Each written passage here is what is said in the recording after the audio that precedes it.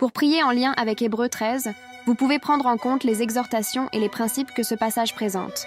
Voici quelques suggestions sur la manière de formuler vos prières en relation avec ce chapitre. Prière pour l'amour fraternel.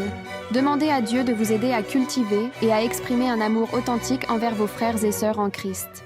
Vous pourriez prier « Seigneur, aide-moi à aimer les autres comme tu m'aimes, à accueillir ceux qui sont dans le besoin et à agir avec hospitalité. Permets que je voie le Christ dans chaque personne que je rencontre. » Prière pour la pureté du mariage.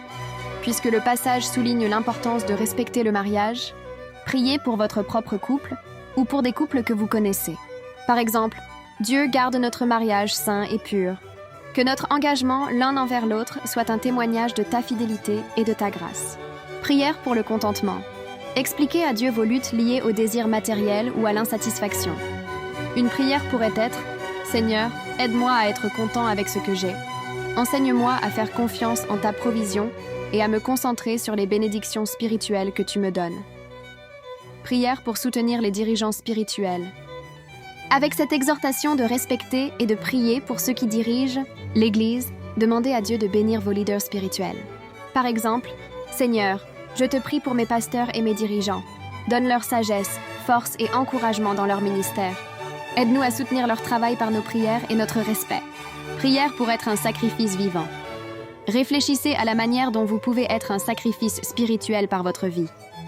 Une prière pourrait être « Seigneur, fais de moi un instrument de paix et de service. Que ma vie soit un sacrifice de louange. Que je te glorifie dans tout ce que je fais. » Prière pour la direction de Dieu. Enfin, demandez à Dieu de travailler en vous pour accomplir sa volonté.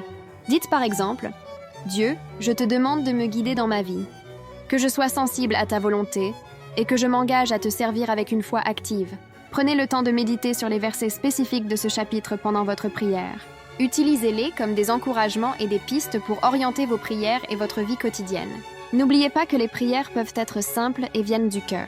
Il est toujours bon de se rappeler qu'il peut y avoir d'autres interprétations de ces versets. Demandez au Saint-Esprit de vous éclairer dans votre compréhension et votre pratique.